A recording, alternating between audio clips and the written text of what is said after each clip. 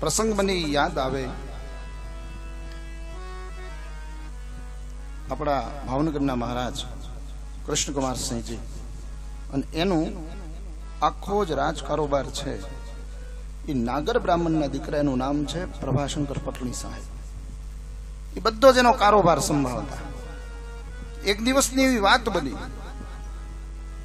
કે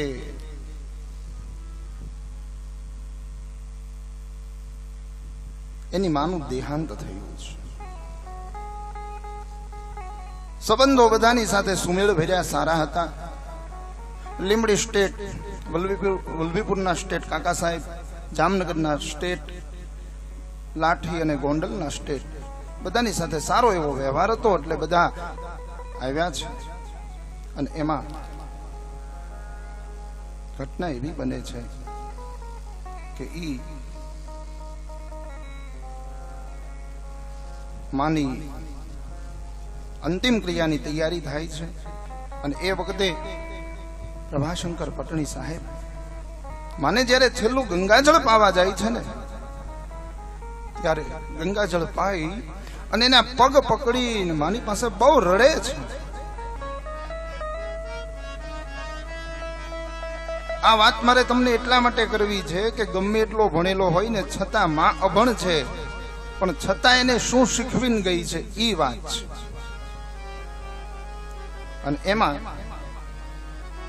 એ વખતે કૃષ્ણકુમારસિંહજી આવી અને ખંભા ઉપર હાથ રાખીને કહે છે, પટણી સાહેબ, જગતમાં જે આવ્યો છે ને એક દિવસ જવાનું છે.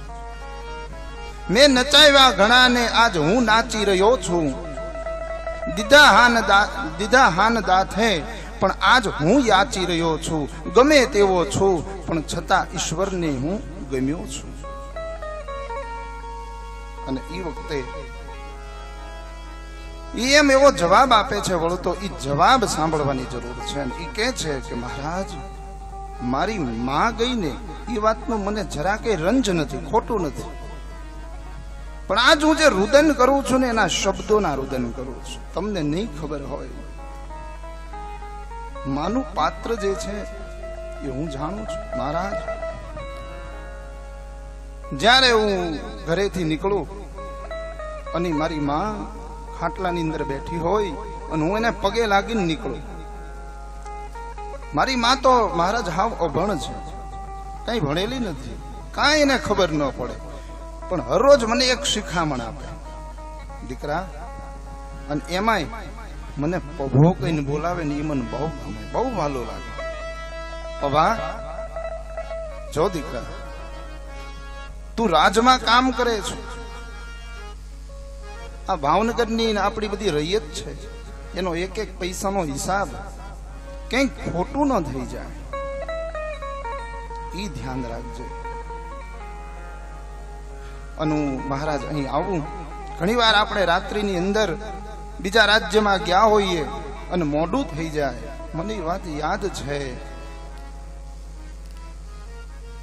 કે મારી પત્ની છે એ સૂઈ ગયા હોય, મારા બાળકો સૂઈ ગયા હોય, આવશે તો એને રોજનું નોકરી છે, પણ મારી માં છે ને એ પડી પડી જાગતી હોય.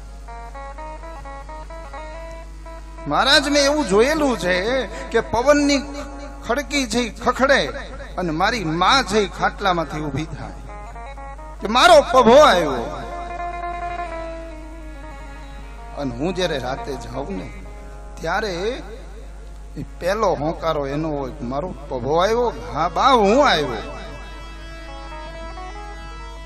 દીકરા, કેમ મોડું થયું તને? અને હું ઘણી વાર ન જમ્યો હોઉં તોય મારી માને મારા અવાજ ઉપરથી ખબર પડી જાય, આ માનું પાત્ર છે.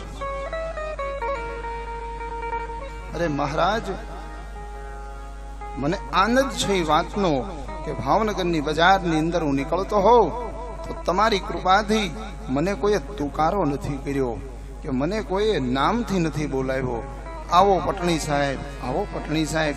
અરે આની મારે શું વાત કરવી, પણ તમારી સાથે હું જે કોઈ સ્ટેટમાં જાઉં તો ત્યાં પણ મને એવું માન સન્માન મળતું હતું.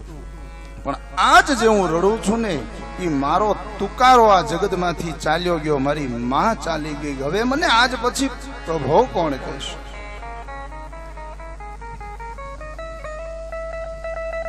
અને ઈ આ માનું પાત્ર છે.